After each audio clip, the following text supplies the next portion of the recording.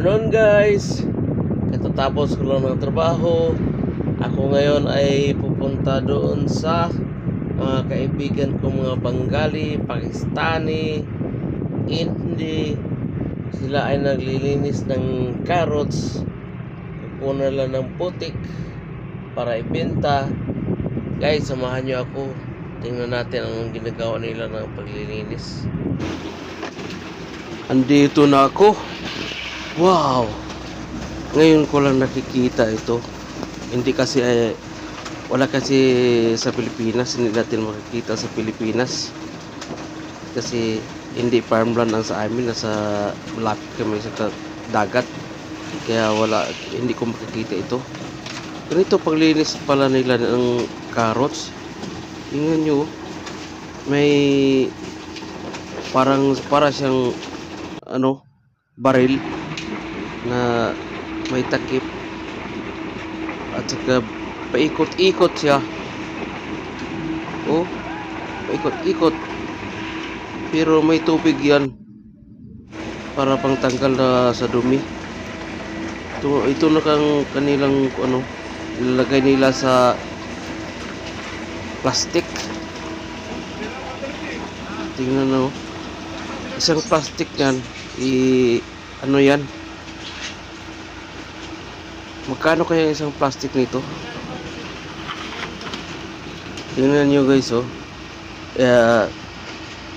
ang mga tapos na hinugasan, lagay ng plastic, at saka yung barrel na paikot-ikot, may isang na-assign doon sa lagay sa sa paglinis ng carrots. Ito yung mga plastic na kanilang sisidlan ng mga malinis na mga carrots at ibinta nila. Yan marami, itim.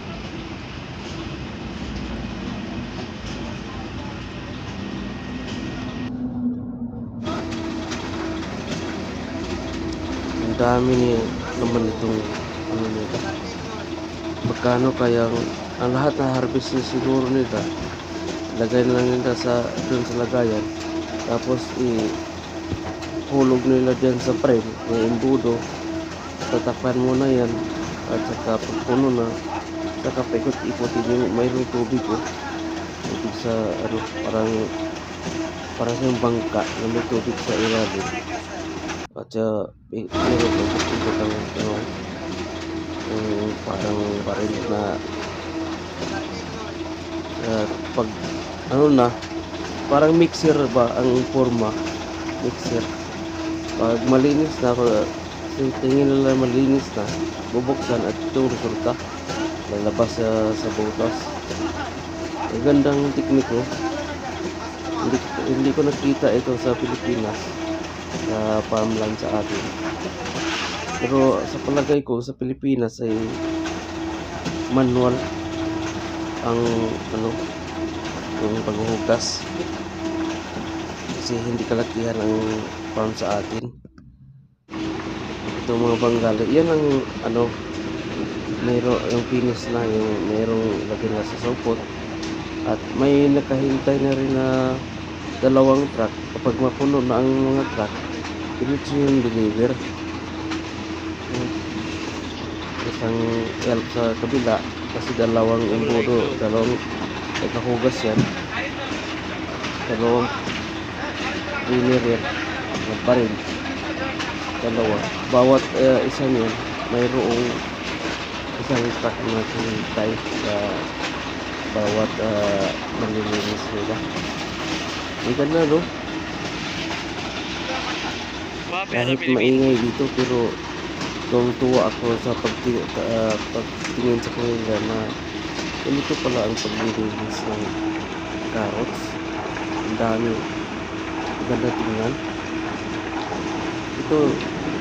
Dito ko pa rin nakikita itong ganitong paglilinis ng carrots.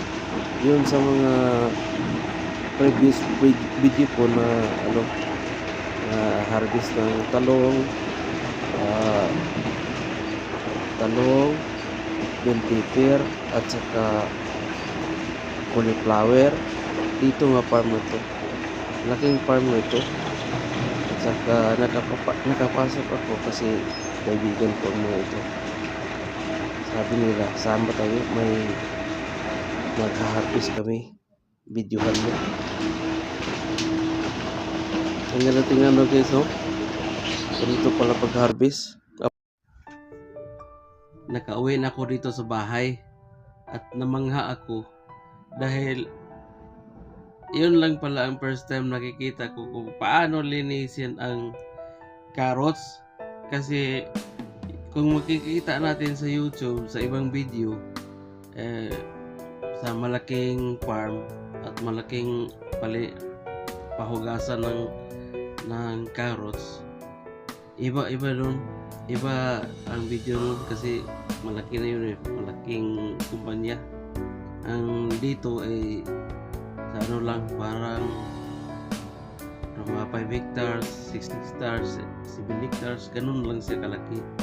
Pero grabe yun, ang ilang hugas na kaya nila yun, sobrang dami. 7 hectares na carrots, sobrang dami. Pero paunti, kada araw-araw siguro sila mag-harvest at saka araw-araw din sila maghugas. Kaya ang hugasan nila, yun lang yung parang barrel o parang mixer ng simento ang forma. Huhugasan nila, ilagay nila doon pagka puno na, takpan ng butas, tapos yun na, paikuti na yung barrel, tumbling doon ang mga carrots hanggang matanggal ang mga putik. At paglabas, kasi parang may ano doon, yung barrel parang may mga butas rin yun para pag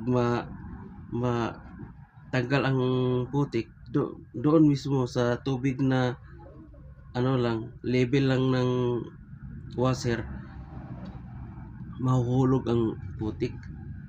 Gandang idea, no? Ako namangha dahil first time ko lang nakita yun.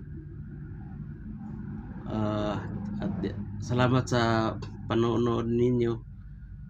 Na-share ko sa inyo kung paano hugasan nila ang carrots. Yung mga tao na yun ay mga kadalasan doon mga kaibigan ko, mga Bengali, Pakistani, Hindi. Guys, salamat pa sa panonood niyo. Sana pahingi ng isang kunting tulong lang, like at subscribe na rin sa channel ko dahil matagal na itong channel na ito, hindi ko pa rin na naparami ang subscriber ko kasi nasa trabaho ako, hindi ako palaging naka-upload ng video. Salamat guys, salamat sa panonood, bye bye.